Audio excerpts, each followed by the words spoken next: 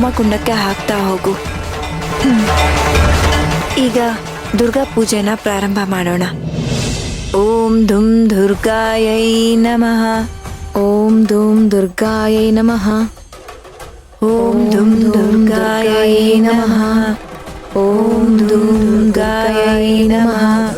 ಜಗದೋಂ ತಜಗದೋಂ ತದಗುದಿಗು ಜಗದೋಂ ತಗಿಟದೋಂ ತಗದಗಿಟದೋಂ ದುರ್ಗುದಗಿಟದಿಲಿ ಗಿಟದೋಂ ಜಗದೋಂ ತಜಗದೋಂ ತದಗುದಿಗು ಜಗದೋಂ ತಜಗದೋಂ ತದಗುದಿಗು ಜಗದೋಂ ತಗಿಟದೋಂ ತಗದಗಿಟದೋಂ ದುರ್ಗುದಗಿಟದಿಲಿ ಗಿಟದೋಂ ಜಗದೋಂ ತದಿಂ ಜಗದೋಂ ತದಿಂ ಜಗದೋಂ ತದಿಂ ಜಗದೋಂ ತದಿಂ ತಗದಿಂ ತಗಣಂ ತಗಮದರಿದೋಂ ತದೋಂ ದನ ತದಿಂ ತದಿಂ. ನೋಡು ಸೇವಂತಿ, ನೀನು ಈ ಹೋಮದಲ್ಲಿ ಆಗ್ತಿರೋ ಪ್ರತಿಯೊಂದು ದ್ರವ್ಯ ನಿನ್ನೊಳಗಿರ್ತಕ್ಕಂತಹ ಭಯ, ಅಹಂಕಾರ, ಅಸಹಾಯಕತೆ, ದುರ್ಬಲತೆ ಇವೆಲ್ಲವನ್ನ ತೊಡ್ದಾಕತ್ತೆ. ನೀನು ಪರಿಶುದ್ಧ ಆತ್ಮಳಾಗ್ತೀಯ. ಆಗ ಸಾಧನೆ ಸುಲಭ. ಹಾಕು.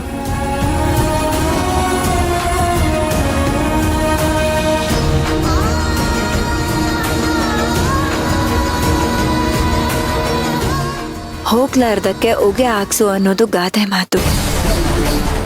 ಹಾಗೆ ಈ ಮಂತ್ರಗಳು ಆ ದುಷ್ಟಶಕ್ತಿಯ ಬೆನ್ನು ಹುರಿಯನ್ನ ನಡಗಿಸುತ್ತೆ. ಆ ಮಾಯಮ್ಮನ ಮಾಯಾಜಾಲ ನಿನ್ನ ಹತ್ರ ಸುಳಿದೇ ಇರೋ ಹಾಗೆ ಈ ಹೋಮದ ಅಗ್ನಿ ನಿನ್ನ ಸುತ್ತಲೂ ರಕ್ಷಾ ಕವಚವನ್ನ ಸೃಷ್ಟಿ ಮಾಡುತ್ತೆ. ನಾನ್ ಹೇಳ್ಕೊಟ್ಟ ಮಂತ್ರವನ್ನ ಹೇಳ್ತಾ ಈ ತುಪ್ಪವನ್ನ ಹೋಮಕುಂಡಕ್ಕೆ ಹಾಕು. ಓಂ ಗಣಪತಯೇ ನಮಃ ಸ್ವಾಹ. ಓಂ ಗಣಪತಯೇ ನಮಃ ಸ್ವಾಹ. ಸೇವಂತಿ, ಓಂ ಗಂ ಗಣಪತಿಯೇ ಅಂತ ಆದ್ಮೇಲೆ ಸ್ವಾಹ ಅಂದಾಗ್ಲೇ ನೀನು ತುಪ್ಪವನ್ನ ಹಾಕ್ಬೇಕು. ಯಾವುದೇ ಕಾರಣಕ್ಕೂ ಹಿಂದೆ ಮುಂದೆ ಆಗ್ಬಾರ್ದು, ಗೊತ್ತಾಯ್ತಾ? ಓಂ ಗಂ ಗಣಪತಯೇ ನಮಃ ಸ್ವಾಹ. ಓಂ ಗಂ ಗಣಪತಯೇ ನಮಃ ಸ್ವಾಹ.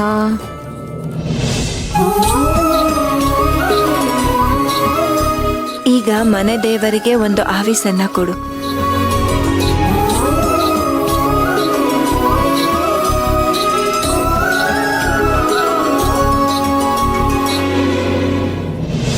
ಈಗ ನಿನ್ನ ಇಷ್ಟ ದೇವತೆಗೆ ಆವಿಸನ್ನ ಕೊಡು.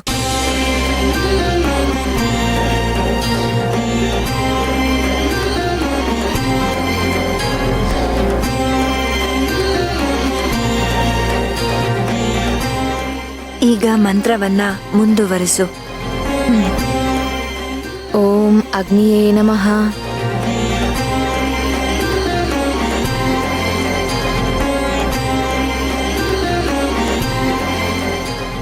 ಈಗ ದುರ್ಗಾ ಮಂತ್ರವನ್ನ ಹೇಳ್ತಾ ಹೋಮಕುಂಡಕ್ಕೆ ತುಪ್ಪವನ್ನ ಹಾಕೋದಕ್ಕೆ ಶುರು ಮಾಡು.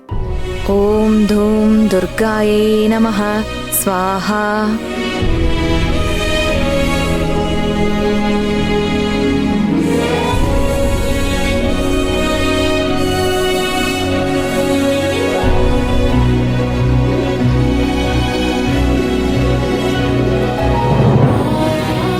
ಈಗ ಪೂಜೆಗೆ ಪೂರ್ಣಾವತಿಯನ್ನ ತಗೊಳ್ಳೋಣ.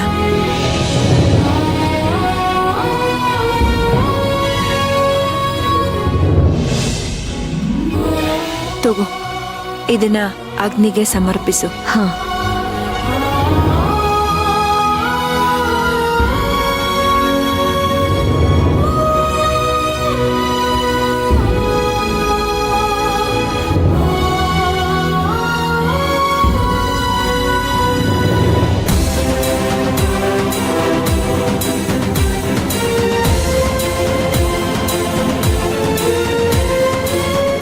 ಸೇವಂತಿ,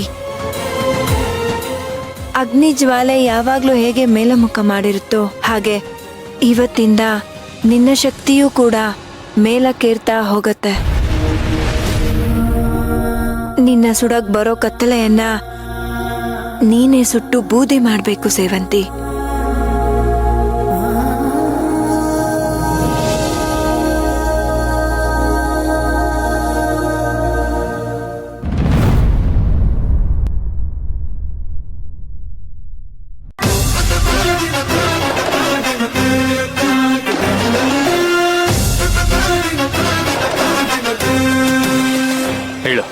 ನಿನ್ನ ಪ್ರಾಣಕ್ಕಿಂತ ಹೆಚ್ಚಾಗಿ ಪ್ರೀತಿಸ್ತಿದ್ದೆ.